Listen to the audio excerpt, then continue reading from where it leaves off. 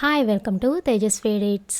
ఈరోజు వీడియోలో డావిన్సీ రిజాల్వ్లో ఒక క్లిప్కి black and white to colour fade అనేది ఎలా అప్లై చేయాలో చూద్దాం. సో దీనికోసం జనరల్గా మనకి ఇక్కడ స్కోప్స్ అనేది సెలెక్ట్ అయి ఉంటుంది. ఇప్పుడు ఈ ఫేడింగ్ చేయటం కోసం కీ ఫ్రేమ్స్ని సెలెక్ట్ చేయాలి. ఓకే, సో ఫేడింగ్ అప్లై చేయటం కోసం నేను కీ ఫ్రేమ్స్ని కొంచెం మూవ్ చేస్తున్నా. ఓకే, అండ్ ఇప్పుడు ఇక్కడ కీ ఫ్రేమ్ని సెట్ చేయాలి. ఓకే, ఇప్పుడు బ్లాక్ అండ్ వైట్ రావాలి కదా, సో దానికోసం శాచురేషన్ని 0కి సెట్ చేస్తున్నా. ఓకే, ఇంకా ఏమైనా అడ్జస్ట్మెంట్స్ చేయాలి అంటే ఈ వీల్స్ని యూజ్ చేయొచ్చు. నెక్స్ట్ ఈ బ్లాక్ అండ్ వైట్ అనేది ఎంతవరకు ఫేడ్ అవ్వాలి? ఓకే, ఇంతవరకు కావాలి. ఇప్పుడు శాచురేషన్ని అగైన్ 50కి సెట్ చేయాలి. ఓకే, ఇప్పుడు ఒకసారి ప్లే చేసి చూద్దాం. పర్ఫెక్ట్. ఓకే, ఇప్పటి వరకు బాగానే ఉంది. నెక్స్ట్ ఏంటి అంటే ఈ క్లిప్ కూడా black and white to colour fade అనేది అవ్వాలి, కానీ ఈ రెడ్ చెర్రీస్ ఉన్నాయి కదా, ఇవి మాత్రం అవ్వద్దు. సో అదెలా అనేది చూద్దాం. సో ఫస్ట్ సేమ్ అదే మెథడ్ ఫాలో అవ్వాలి.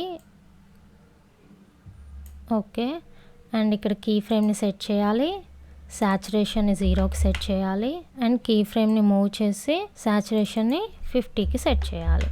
ఓకే, సో ఇప్పుడు ప్లే చేస్తే ఏమవుతుంది? Total clip black and white to colour fade అవుతుంది, కానీ నాకు ఈ రెడ్ చెర్రీస్ అనేవి ఫేడ్ అవ్వకూడదు. సో దానికోసం ఏంటి అంటే ఈ నోడ్కి లేయర్ నోడ్నే యాడ్ చేయాలి. సో దానికోసం రైట్ క్లిక్ ఇచ్చేసి యాడ్ నోడ్లో యాడ్ లేయర్ అనాలి, లేదా ఆల్ట్ ఎల్ అయినా ప్రెస్ చేయొచ్చు. ఓకే, సో ఇప్పుడు లేయర్ నోడ్ అనేది యాడ్ అయింది. మనం యాడ్ చేసిన లేయర్ నోడ్ని క్లిక్ చేసి ఇక్కడ ఆప్షన్లో క్వాలిఫైయర్ని సెలెక్ట్ చేయాలి. అంతకుముందు మనకి ఇక్కడ మౌస్ పాయింటర్ వస్తుంది, రైట్? బట్ ఇప్పుడు క్వాలిఫైయర్ని సెలెక్ట్ చేస్తున్నా. సో ఇప్పుడు అబ్జర్వ్ చేశారా, ఇదేంటి అంటే కలర్ పిక్కర్ కోసం అనమాట. ఇప్పుడు మనం ఏదైతే కలర్ కావాలనుకుంటున్నామో దాని మీద క్లిక్ ఇవ్వాలి. ఓకే, బట్ టోటల్గా సెలెక్ట్ అవ్వలేదు కాబట్టి ఇక్కడ ప్లస్ అని ఉంది కదా, సో దాన్ని క్లిక్ చేసి అడ్జస్ట్ చేసుకోవాలి ఆ కలర్ అనేది వచ్చే వరకు.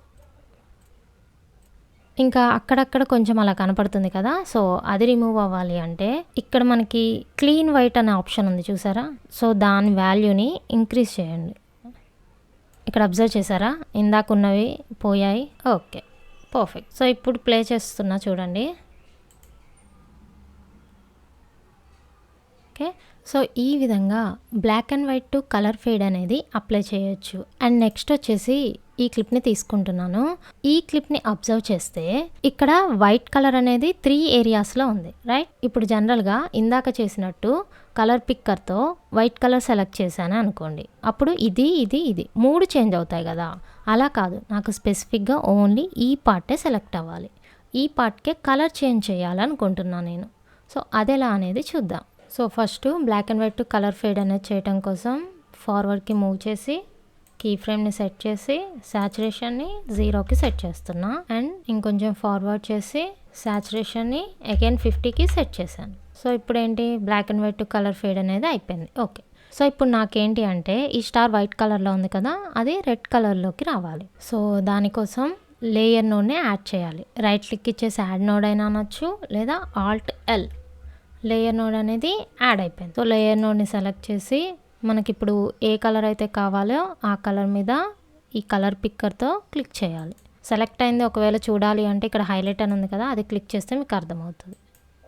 ఓకే, అండ్ ఇన్ కేస్ ఏదైనా సబ్ట్రాక్ట్ చేయాలి అంటే కూడా మనం మైనస్ యూస్ చేసేసి ఎక్కడైతే సబ్ట్రాక్ట్ చేయాలనుకుంటున్నామో ఆ ఏరియాని ఇలా డ్రాగ్ చేస్తే సరిపోతుంది. ఓకే, ఇప్పుడు మనకి ఈ కలర్ చేంజ్ అవ్వాలి కదా, సో దానికోసం కర్వ్ తీసుకుంటాను. కర్వ్ తీసుకొని డ్రా చేస్తాను. ఓకే, సో ఇప్పుడు దీనికి రెడ్ కలర్ అనేది అప్లై చేయాలి.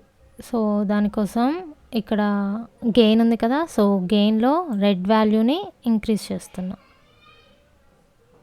ఓకే, ఇప్పుడు ఒకసారి ఈ విండోని ఆఫ్ చేసి చూద్దాం, అంటే అవుట్లైన్ ఎలా ఉంది అండి. కొంచెం ఇట్లా వైటిష్ కనపడుతుంది కదా, సో దానికోసం ఈ సాఫ్ట్నెస్ని ఇంక్రీజ్ చేయాలి. ఓకే, సో ఈ విధంగా కలర్ ఫేడ్ చేస్తూ స్పెసిఫిక్ పార్ట్ని కలర్ ఫేడ్ అవ్వకుండా అండ్ దాని కలర్ని కూడా చేంజ్ చేయొచ్చు.